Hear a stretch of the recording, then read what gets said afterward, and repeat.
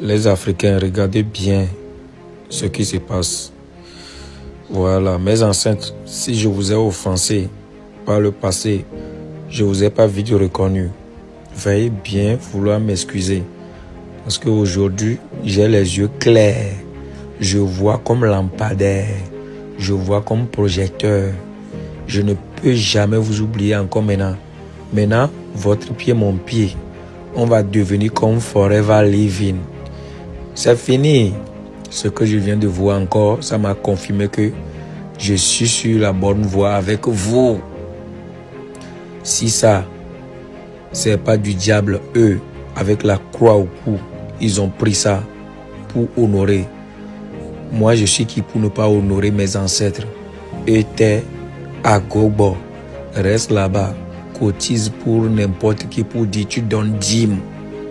Faut pas aller célébrer tes morts, reste là-bas. L'église catholique romaine, c'est la sorcellerie. C'est la sorcellerie, je vous dis. Avant 325, tout ce que nous voyons dans le corps du Christ aujourd'hui n'existait pas. C'est à partir de 325 que tout ça va venir. De l'église catholique va sortir ce qu'on appelle l'église orthodoxe. Du même église catholique va sortir ce qu'on appelle l'église protestante. Et de protestant va sortir tout ce qu'on connaît aujourd'hui, SEMA, CGMI, USO, Réveil. Toutes ces églises ne sont pas églises de Jésus. Parce que dans la Bible, on ne donne pas nom à l'église. Jésus n'a jamais autorisé quelqu'un à donner nom à son église. Dans la Bible, on dit église d'Éphèse. Éphèse, c'est une ville. Donc, tous ceux qui croient en Jésus qui sont à Éphèse sont appelés église d'Éphèse. Église de Smyrne. Smyrne, c'est une ville. Donc, tous ceux qui croient en Jésus qui sont à Smyrne sont appelés église de Smyrne. Église de Corinthe, parce que Corinthe, c'est une ville. Tous ceux qui croient en Jésus, mais qui sont à Corinthe, sont appelés église de Corinthe. C'est comme un frère aujourd'hui du Gabon peut m'appeler à l'autre, tu es de quelle église? Je dois lui dire, je suis de l'église de Côte d'Ivoire. Mais je n'ai pas le droit de donner nom à l'église de Jésus. Mais voilà, l'église catholique, c'est eux qui vont donner le premier nom. C'est eux qui vont ramener la Pâque dans l'église. C'est eux qui vont ramener encore toutes les choses de l'ancienne alliance dans l'église. Pourtant, aujourd'hui, nous sommes dans la nouvelle alliance. Et tous les soi-disant chrétiens de ce siècle ont copié maladroitement l'église catholique romaine. Sachez que votre maman, votre papa, c'est l'église catholique. Vous mourrez dans ça, là, c'est enfer. Repentez-vous et changez de vie.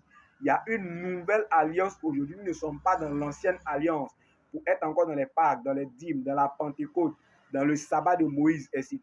Mais aujourd'hui, nous devons nous conformer au fondement des apôtres et des prophètes de Jésus-Christ. Arrêtez de suivre ces idolâtres-là, qui sont là, qui idolâtrent Marie, qui font des idoles, des choses abominables, qui ne sont pas permis par le Seigneur Jésus-Christ. Vous comprenez? Repentez-vous, vous qui êtes dans l'église catholique, vous n'avez rien compris. La Bible du Vatican que vous utilisez là, quand vous lisez dedans, là, c'est écrit où que vous devez faire des idoles. C'est écrit où que vous devez faire tout ce que vous faites là. Dans 1 Timothée 2, 1 Timothée 2, verset 5 est clair. 1 Timothée 2, verset 5 dit quoi? Il y a un seul Dieu, un seul médiateur entre Dieu et les hommes, Jésus-Christ homme. On n'a pas dit que Marie doit intercéder pour nous. On n'a jamais dit que Marie est intercesseuse. C'est vous qui avez inventé ça. On n'a jamais dit qu'on doit baptiser des bébés. C'est vous qui avez inventé ça. On n'a jamais dit qu'on doit mettre des croix au cou. C'est vous qui avez inventé ça. On n'a jamais dit qu'on doit encore faire des idoles. Ça, c'est vous qui avez inventé ça. Ne vous repentez pas pour changer. Continuez. Moi, j'en ai fini. Que le Seigneur vous bénisse.